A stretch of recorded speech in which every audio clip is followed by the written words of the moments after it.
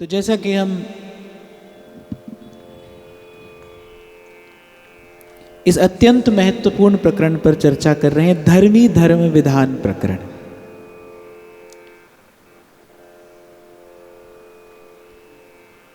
आरंभ करते हैं सेवक जी कहां से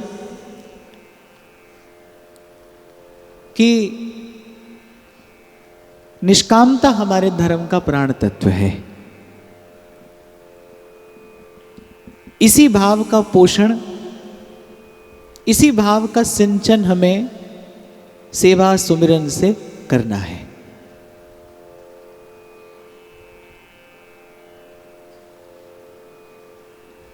फिर सेवक जी कहते हैं कि कृपा से ये शुद्ध अविरुद्ध धर्म हमें मिला है। प्रेम ये शब्द कहते ही कुछ माधुर्य सा घुल जाता है। इस प्रेम में ऐसी कोई शक्ति है, इस शब्द में ही ऐसी कोई शक्ति है कि इसका उच्चारण करते ही जैसे चेतना किसी दूसरे धरातल पर पहुंच जाती है, कुछ और अनुभव होने लगता है। तो वो प्रेम का धर्म हमें मिला। और ध्यान देने योग्य बात है, सेवक जी ने कहा है शुद्ध धर्म है और अविरुद्ध धर्म है। तो बड़ा आग्रह करते हुए सेवक जी कहते हैं, हमारे प्रति आत्मीयता, हमारे प्रति अपनापन प्रकट करते हुए सेवक जी कहते हैं कि इस उपासना के, इस भाव के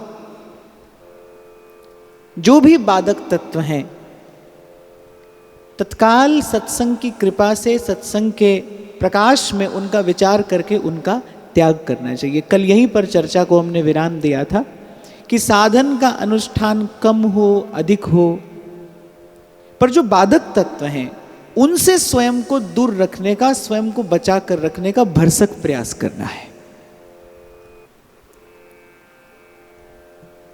कैसे स्वयं को उनसे बचा कर रखा जाए? तो कोई पूछे कि भाई जो बाधक तत्व हैं उनसे बचा कर रखने की स्वयं को क्या विधि है, क्या तरीका है, किस प्रकार उन बाधक तत्वों से स्वयं को बचा कर रखें? तो देखो बड़ी विचित्र बात है। अभी मैंने आपसे कहा कि साधन का अनुष्ठान कम हो अधिक हो, पर बाधक से बचकर रहना है। पर जब ये प्रश्न आएगा ना कि बाधक से बचकर कैसे रहना है, तो फिर साधन के अनुष्ठान से ही बाधक तत्व से बचा जा सकता है। किसी भी प्रकार से मन जप में लगा रहे, नाम स्मरण में लगा रहे, सेवा में लगा रहे, दर्शन में लगा रहे, सत्संग में लगा रहे, साधन के अनुष्ठान में मन लगा रहेगा तभी बाधक से बचेगा। क्योंकि मन को तो देखो भाई, रहने के लिए कोई ना कोई विचार तो चाहिए। आप कभी अगर अपने मन को देखो, देखने का प्रयास करो, अनुभव करो, तो वो देखो क्या है, मन है क्या। मन मन मन कहते कहते जन्म जीवन निकल जाता है, पर देखो मन क्या है। कभी कभी इस बात पर आप विचार करना, कभी देखने का, टटोलने का प्रयास करना, क्या है मन। बस कुछ विचारों के उस पुंज का नाम ही मन है। और कई बार मैं आपसे कहता हूं दो ही विधियां हैं जीवन धारण करने की। या तो व्यक्ति स्वार्थ से आगे बढ़ता है या परमार्थ से आगे बढ़ता है। हमारा उद्देश्य यदि स्वार्थ है तो मन में जितने विचार आएंगे वो मैले कुचैले विषैले विचार होंगे, क्योंकि उनके मूल में अहमता और ममता होगी। और यदि हमारा लक्ष्य परमार्थ है तो मन में शुभ संकल्प होंगे, मन में शिव संकल्प होंगे, और वैसा ही जीवन हो जाएगा। कचरे के ढेर के पास से दुर्गंध का आना स्वाभाविक है, फूलों का गुलदस्ता हो तो खुशबू आती है। ऐसे ही मन में जैसे संकल्प होते हैं वैसे ही जीवन से या तो सुवास प्रकट होती है या फिर जीवन से दुर्गंध आने लगती है। तो मन कुछ और नहीं है, बस वही विचार, और उन विचारों के पुंज का नाम ही मन है।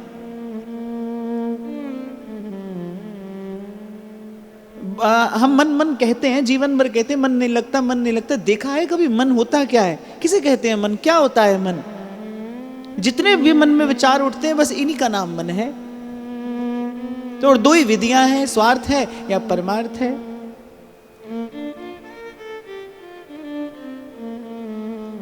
तो सार की बात ये भाई कि साधन के अनुष्ठान से ही जो बाधक तत्व हैं उनसे बचा रहा जा सकता है, उनसे दूरी बनाई जा सकती है। नहीं तो भाई संसार है, इसी व्यवहार में हम रहते हैं, दिन रात संसार को ही देखते हैं, कान में भी संसार ही पड़ता है, संसार की बात ही पड़ती है। बचना बड़ा कठिन है, बहुत कठिन है। किसी प्रकार मन को लगाए रखना है। इसीलिए हमारे महाप्रभु जी आज्ञा करते हैं तन्ही राख।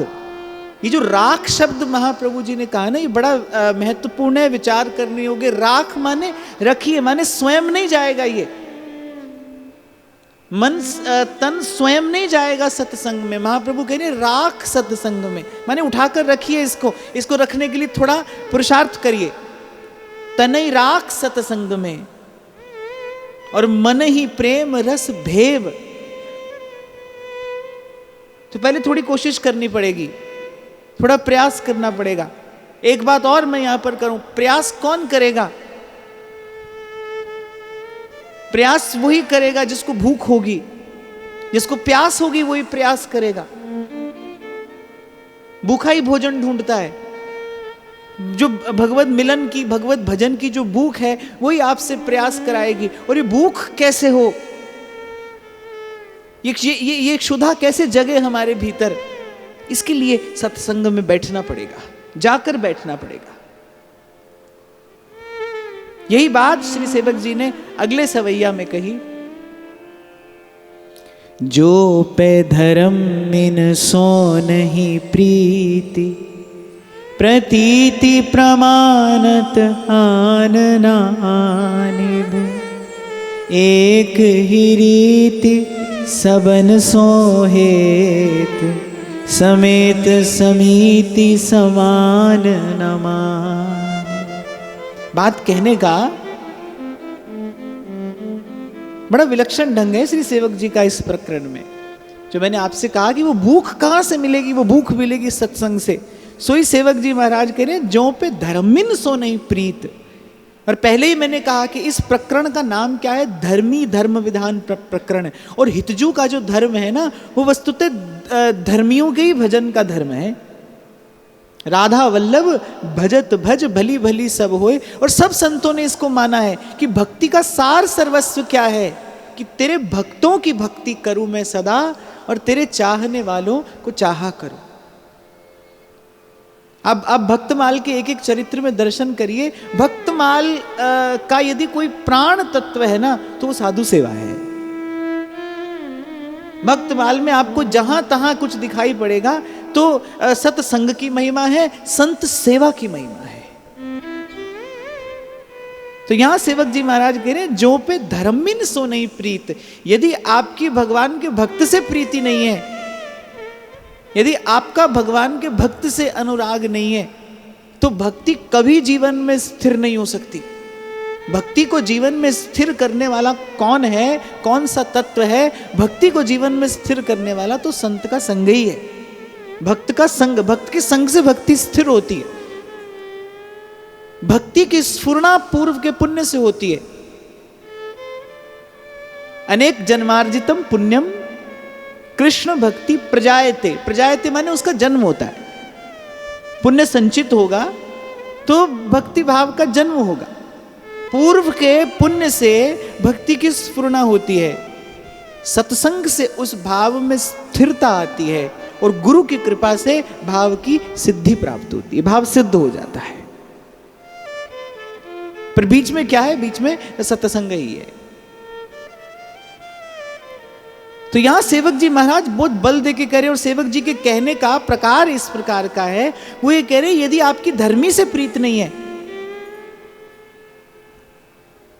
यदि आपकी अपने धर्मी से प्रीत नहीं है, तो आप कितना भी जप करते हो, कितना भी सेवा आप करते हो, कितनी भी आप परकम्मा लगाते हो, पर सेवक जी कह रहे भाई भक्ति का भाव जीवन में स्थिर नहीं होगा। आप देखो श्री महाप्रभु जी ने व्यास जी को क्या मंत्र दिया। बस भक्तों की भक्ति करने का मंत्र ही तो महाप्रभु जी ने व्यास जी को दिया। और प्रथम दिन हमने चर्चा की कि जब कोई बड़ा व्यक्ति, जब कोई श्रेष्ठ व्यक्ति कोई बात कहे तो उसमें अपनी बुद्धि नहीं लगानी चाहिए, क्योंकि उसमें उसके अनुभव का बल है। और गुरु कोई बात कहे, गुरु के मुख से अगर कुछ प्रकट हो, फिर तो तत्क्षण सकल सयानप छाण भज दुर्लभ है यह बार, फिर तो तत्क्षण बिना विचार किए बस उसको जीवन में उतार लेना चाहिए। यही व्यास जी ने किया। और सेवक जी महाराज का यहाँ कहने का तात्पर्य यही है, भाई भजन भाव पूर्व के पुण्य से भले मिल जाए, लेकिन भजन भाव जीवन में ठहरेगा कब? जब भगवान के भक्त की भक्ति जीवन में हो। ध्रुवदास जी ने तो यहाँ तक कहा कि श्री ठाकुर जी की सेवा करते करते यदि कोई भक्त आ जाए, कोई संत आ जाए, अपना कोई धर्मी आ जाए, तो ठाकुर जी की सेवा छोड़कर पहले उसका सत्कार करना चाहिए, पहले उसका आदर करना चाहिए। संतों के मुख से ही सुनने में आता है कि स्वामी हरिदास जी महाराज एक बार चले गए श्री गोवर्धन नाथ का दर्शन करने, और श्री गोसाई जी ठाकुर जी को जामा पहना रहे थे। श्रृंगार का सुबह सुबह का समय था, एक बाह पहनाई थी जामा की, और श्री ठाकुर जी ने कहा कि रसिक अनन्य नृपति श्री स्वामी जी पधारे हैं। और श्री गोसाई जी वो जामे की एक बाह जो कि त्यों छोड़कर श्री स्वामी जी का स्वागत करने के लिए पहुंचे। स्वामी जी ने विनोद करते हुए कहा कि अरे जामा तो पूरा पहना कर आते, श्रृंगार तो पूरा करके आते। और श्री गोसाई जी क्या उत्तर देते हैं? बोले ये आपके आगमन का प्रताप है कि आपके आगमन के कारण हमें श्री लाल जी के मधुर वचन सुनने को मिल गए। आप आए तो श्री ठाकुर जी ने हमसे बात की, श्री ठाकुर जी के कुछ वचन हमको सुनने को मिले। और ध्रुवदास जी ने तो भजन का मार्ग बताते हुए ये बात कही है कि सेवा करते हुए, श्री जी की सेवा करते हुए, कोई संत आ जाए, कोई भक्त आ जाए, कोई अपना धर्मी आ जाए, तो पहले सेवा छोड़कर पहले उसका सत्कार करिए, पहले उसको आदर दीजिए। क्योंकि भाई जिनके जाने जानिए युगल चंद सुकुमार, जिनकी कृपा से प्रभु से पहचान होती है, उन भक्तों की सदा जय है, सदा जय है। भगवत रसिक देव अपने एक छप्पे में लिखते हैं, बोले सबसे बड़ा कौन है? क्या धरती बड़ी है? क्या आकाश बड़ा है?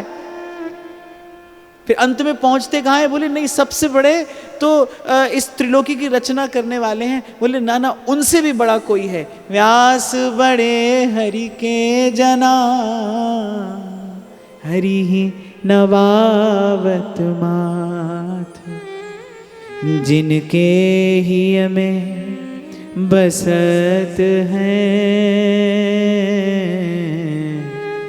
तीन लोक के नाथ। उन प्रभु को अपने हृदय में धारण करने वाले बड़े हैं, वो सबसे बड़े हैं। क्योंकि कई बार ऐसा होता है भाई, हम धर्म को धारण करने का प्रयास करते हैं, लेकिन धर्मी के प्रति जीवन में वो आदर, वो सम्मान नहीं होता जो होना चाहिए। हम भक्ति करने का प्रयास कर रहे हैं, भगवान की सेवा करते हैं, नाम जप भी करते हैं, लेकिन भक्त के प्रति जैसा आदर है वैसा नहीं है।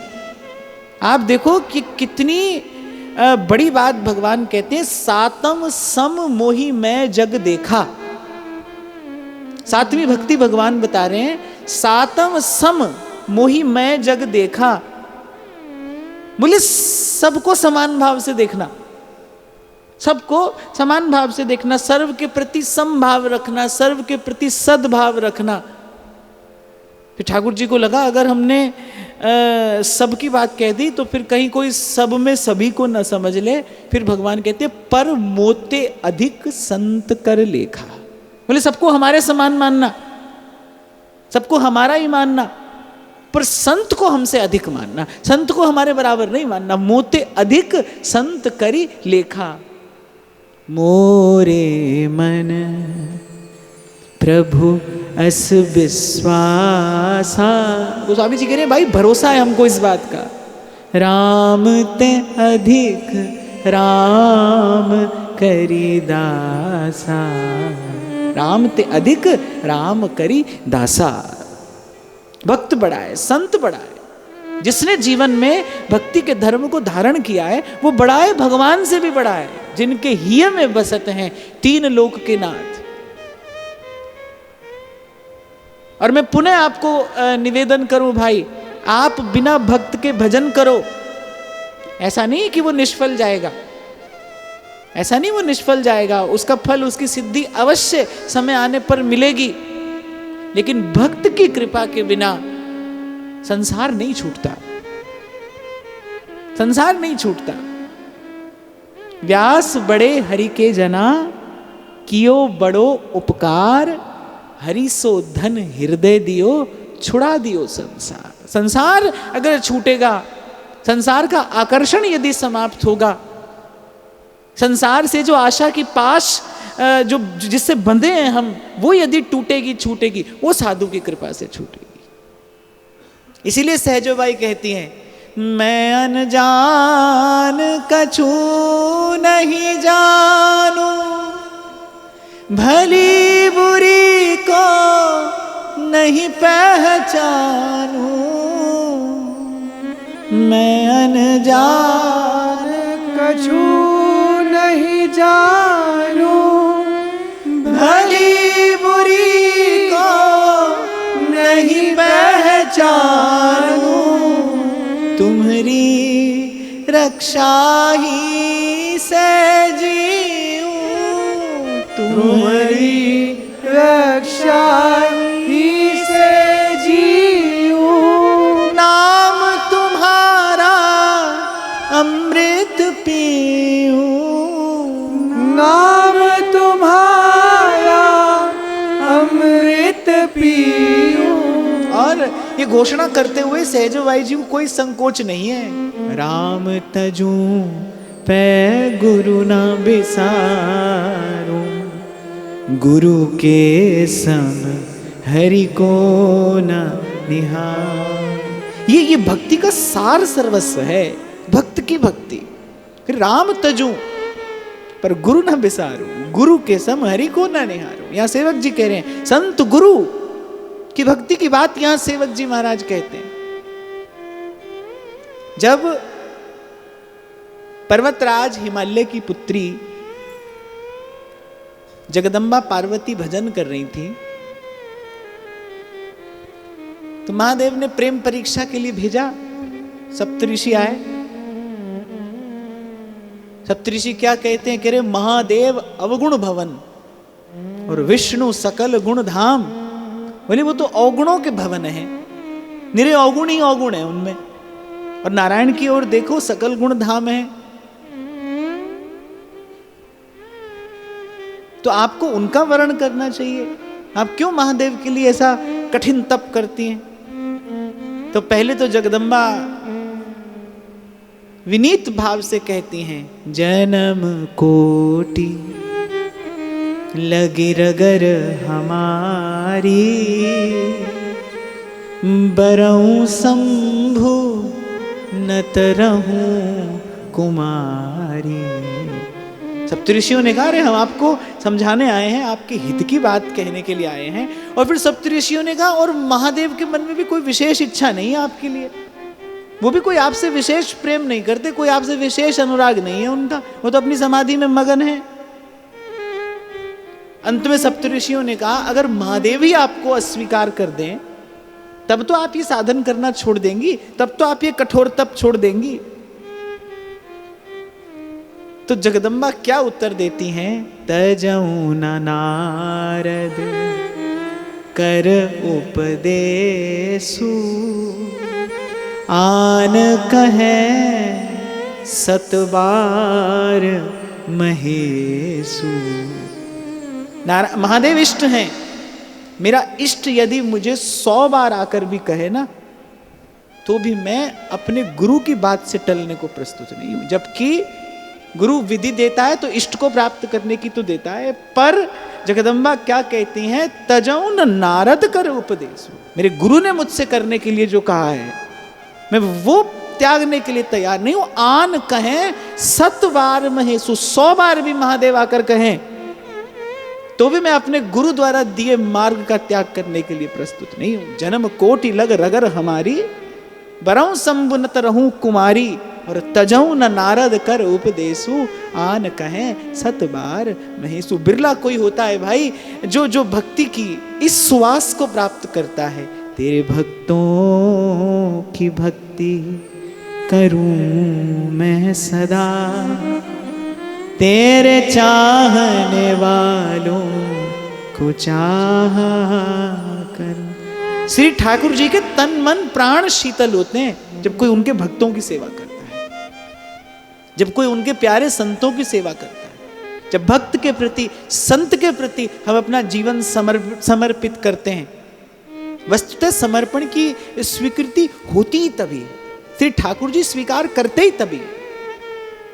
और ध्रुवदास जी तो कहते ही हैं कि गह भक्तन पद ओट, हरि कृपालु सब पाछली, क्षमी है तेरी खोट। बोले ठाकुर जी पिछला सब क्षमा कर दें अगर कोई भक्त की ओट से उनके पास में जाए।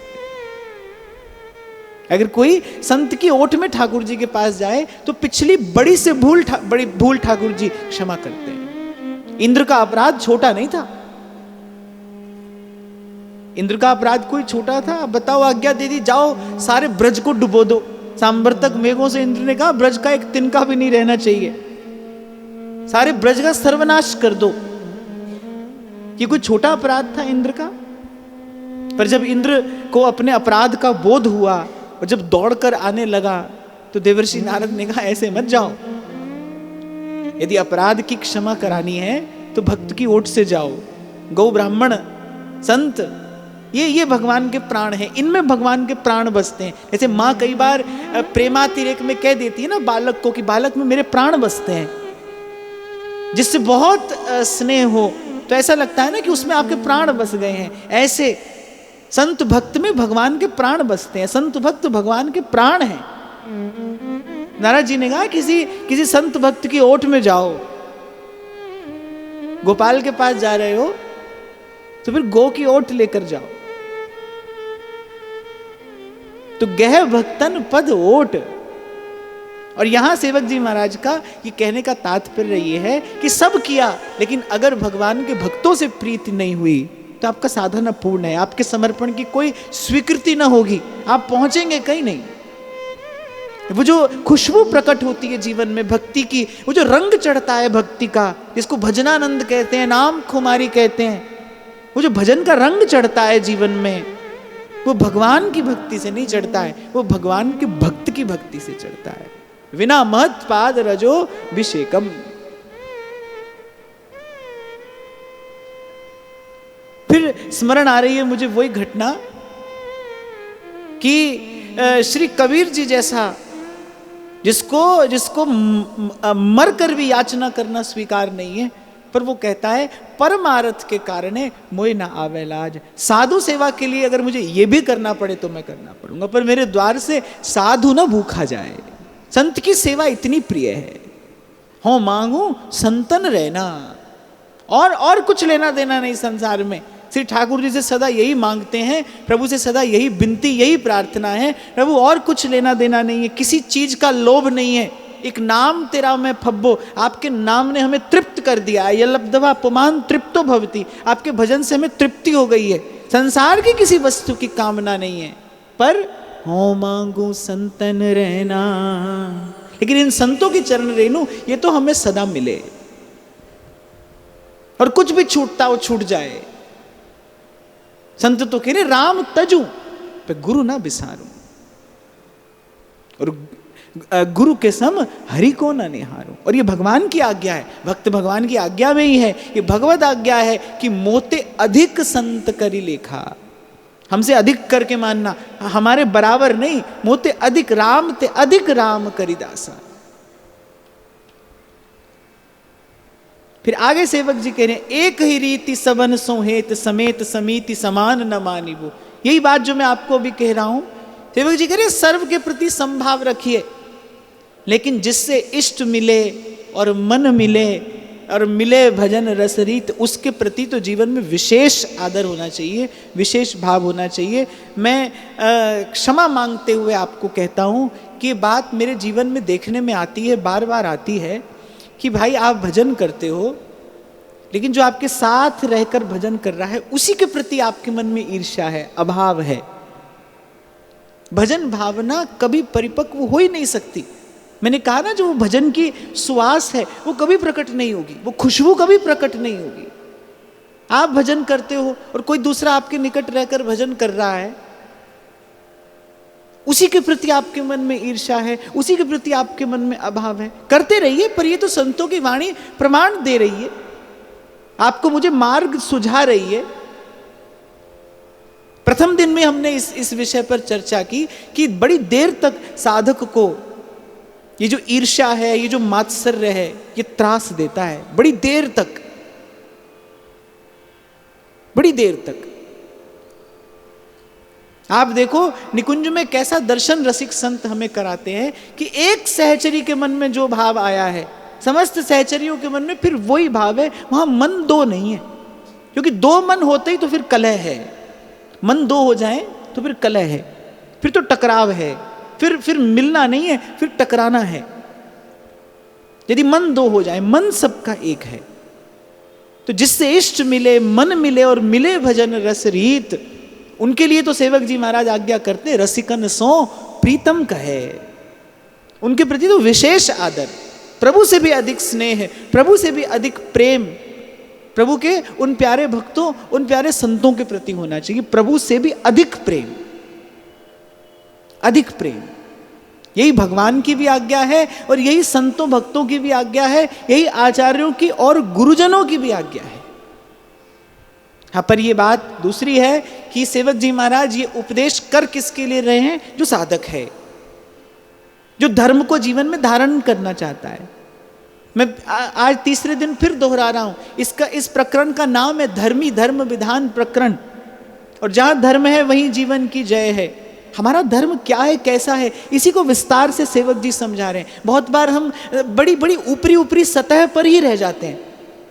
हाँ ठीक है, नाम जप भी कर लिया, श्री जी की सेवा भी कर ली, मंदिर में दर्शन भी कर लिया, प्रसाद भी पा लिया, श्री ठाकुर जी की कोई सेवा भी कर दी, लेकिन इससे आगे बढ़ना है, इससे आगे जाना है। देखो, अगर मोती चाहिए फिर तो तल तक उतरना पड़ता है। जिन खोजा तिन पाइया, गहरे पानी पैठ। मैं तो कई बार आपको कहता हूं कि इसका विचार क्यों नहीं करते कि हमारे जीवन में अगर भजन है, फिर भजन का आनंद क्यों नहीं है? अगर गुरु की कृपा से हमको नाम मिल गया है, फिर नाम की खुमारी क्यों नहीं है? वो भजन का रस क्यों नहीं है हमारे जीवन में? जिस रस की बात यहाँ संत कर रहे हैं, कैसे मतवाले हुए डोलते हैं, जग सो भयो फिरे बैरागी, वृंदावन रस में अनुरागी। कैसी कैसी भाव दशा का दर्शन ध्रुवदास जी कराते हैं। जीरन पट अति दीन लट और हिये सरस अनुराग, विवस सघन बन में फिरे गावत जुगल सुहाग। ये तो ऐसी दशा, हम तो भाई उस दशा की अभी निकट भी नहीं है। और मैं निकट भी नहीं है क्यों कह रहा हूं? क्योंकि ऐसी दशा प्राप्त करने की हमारी कोई इच्छा भी नहीं है। बस जो हमसे बन पा रहा है हम उसी में संतुष्ट हैं, और हमको लगता है यही धर्म है, यही धर्म का पालन है। पर यहाँ सेवक जी महाराज बता रहे हैं, भाई ये तो बहुत ऊपरी सतह की बात है, इससे आगे जाना है, इससे आगे बढ़ना है। मैंने कह दिया ह में हरि, र में राधा, व में वृंदावन, स में सहचरी, आपने मान लिया? क्या आपने देखा है? गुरु की बात सुनकर, मानकर फिर रुकना नहीं है, फिर उसको अनुभव करने का प्रयास करना है। तभी तो गुरु के मन में मन मिलेगा, तभी तो गुरु के भाव से भाव एक होगा, गुरु के अनुभव सा अनुभव होगा, तभी तो गुरु के भाव सा भाव होगा। तो सुना है, जो माना है, वो जानने के लिए माना है। जो गुरु के मुख से सुना, माना, फिर उसको जानने का प्रयास करना है। और फिर से स्मरण रखना भाई, जिन खोजा तिन पाइया। पहले तो जो खोजेगा वही पाएगा। और विधि क्या है? गहरे पानी बैठ, गहरे पानी बैठ। तो यहां इस तीसरे सवैये में ये बड़ा महत्वपूर्ण बिंदु सेवक जी महाराज ने कहा कि अपने आप को टटोलिएगा, अपने आप को देखिएगा। हम अपने आप को हितधर्मी कहते हैं, प्रेम के धर्म को धारण करने का भाव हमारे जीवन में है, लेकिन क्या प्रेमी के प्रति वैसा प्रेम है? क्या भक्त के प्रति वैसी भक्ति हमारे जीवन में है? क्या संत के प्रति वैसा भाव हमारे जीवन में है? नहीं। तो फिर उसको लाने का प्रयास करना है, फिर उसको जीवन में लाने की चेष्टा हमें करनी है। फिर कह रहे, बात सो बात मिले न प्रमाणत, प्रकृति विरुद्ध जुगति को ठानिबो। माने कब कब तक केवल बातों की ऊपरी सतह पर ही रह आएंगे? कब तक? कल भी मैंने आपको विराम के क्षणों में कहा, भगवान ने कहा कि जो न तरे भव सागर नर समाज अस पाई, सो कृत निंदक मंदमती आत्मा हन गति जाए। इतना सब मिल जाने के बाद भी यदि ठाकुर जी से प्रेम अनुराग न हो, फिर तो ये आत्मघात करने जैसा है। कितना कुछ हमको मिल गया है, कितना कुछ श्री जी ने कृपा करके हमें दे दिया है। हमें पहले तो जीवन मिला, फिर सत्संग मिला, फिर श्री जी ने तन मन ऐसा दिया जिससे भजन साधन हो सके। कितना कुछ तो प्रभु ने दे दिया। और यहां फिर सेवक जी ने कहा, प्रकृति विरुद्ध जुगति क्यों ठानी वो, अर्थात उपासना से विपरीत जितनी भी वृत्तियां हैं, क्यों बार बार उन्हीं का स्पर्श करते हो, क्यों बार बार उन्हीं को जीवन में ले आते हो, जो भी उपासना से विपरीत वृत्तियां हैं। मैं आपसे एक छोटी सी बात पूछता हूं, ईमानदारी से आप उत्तर देना। कभी कभी निंदा करते हो किसी की? करते हो ना? और सुनते भी हो। अब बताओ, ये उपासना से विपरीत वृत्ति है कि नहीं? अच्छा, और बहुत लोग तो मैंने निंदा करने वाले ऐसे देखे, वो करने से पहले कह देते हैं, बोले कहना तो नहीं चाहिए पर कह देते हैं। हाँ, बोले ऐसा कहना तो नहीं चाहिए पर कह देते हैं। जानते हैं कि ये अनुकूल आचरण नहीं है, ये विपरीत आचरण है, फिर भी करते हैं। सोई बात सेवक जी कह रहे, प्रकृति विरुद्ध जुगति क्यों ठानी वो, इस प्रकार विपरीत आचरण क्यों करते हो? अच्छा, एक और बात है भाई, ये उद्बोधन जो है वो है बिल्कुल साधकों के लिए, ये संसार के आदमी के लिए चर्चा नहीं है। उसे तो ये बहुत भारी भरकम मालूम पड़ेगा, वो इसका बोझ उठा नहीं पाएगा, वो नहीं झेल पाएगा ये सब बात। ये तो साधक के लिए है, जो एक मार्ग पर चला है, अपना कुछ लक्ष्य निर्धारित करके जो चला है, ये सब बात उसके लिए है। और साधक हो जाने के बाद सेवक जी कह रहे, भाई ऐसा विपरीत आचरण क्यों करते हो? माया के प्रवाह में, संस्कारों के प्रवाह में जीव बहता बहता पहुंच जाता है वहां तक, मैं जानता हूं, क्योंकि कानों को रस है, जिह्वा को रस है विषय वार्ता कहने और सुनने का। ना ना ना ना ना करते करते भी पहुंच जाते हैं हम वहां तक। पर ध्रुवदास जी ने समझाया है, ऐंच खैंच या मन है, ऐंच खैंच कर मन को लाना पड़ता है। फिर वहां से कम अपने आप को सावधान तो करिए। ऐसी स्थिति कभी आ भी जाए तो अपने आप को बचाने की चेष्टा, बचाने का प्रयास तो अवश्य ही करना चाहिए, जरूर करना चाहिए। हाँ, इतना जरूर कहकर आगे चलते हैं कि आप सोचो कि थोड़ा एक हाथ से भजन भी करते रहते हैं, एक हाथ से थोड़ा संसार को भी मनाते रिझाते रहते हैं, फिर देखना इत व्यवहार ना उत परमारथ, और बीच ही बीच जो जन्म गमायो। संसार नहीं छोड़ना है भाई, संसार नहीं छोड़ना है। जिन विचारों ने, जिन वृत्तियों ने संसार से बांध रखा है, उन विचारों और वृत्तियों का त्याग करना है, साधन करके, भजन करके। और एक और बात छोटी सी अपने अनुभव से मैं आपको कह रहा हूं, पहले भी मैंने आपको निवेदन किया था, साधक के लिए भजन का जो आरंभिक काल होता है ना, वो बहुत सुखद नहीं होता। जो आरंभिक काल है वो बहुत सुखद नहीं है। आप देखो, आपके मन में, आपकी कल्पना में एक बड़ा सुंदर भवन है, आप एक बड़ा सुंदर घर अपने लिए बनाना चाहते हो, आपकी कल्पना में वैसा चित्र अंकित है, पर वो जो आपकी कल्पना है वो साकार होते होते कई बरस लग जाते हैं।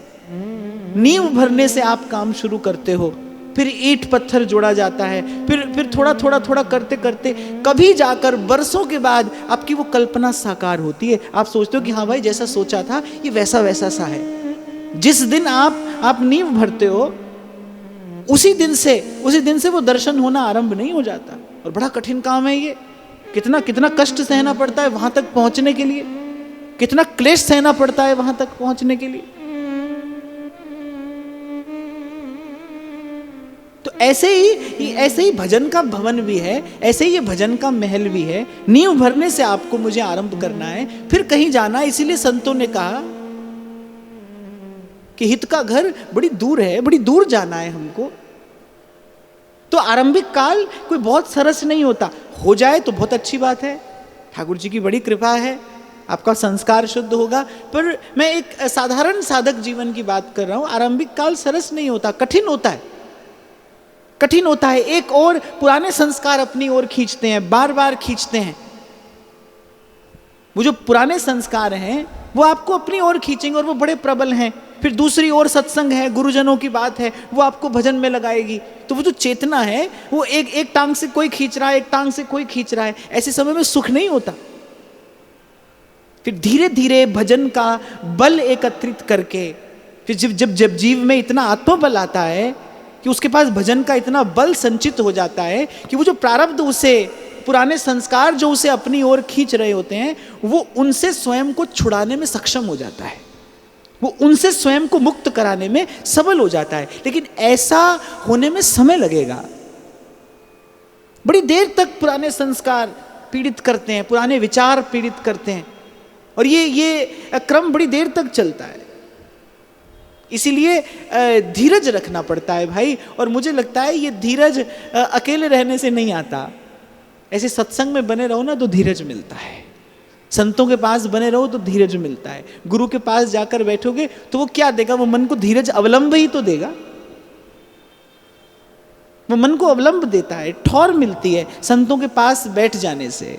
सच्चे संत की शरण में बैठ मिले विश्राम।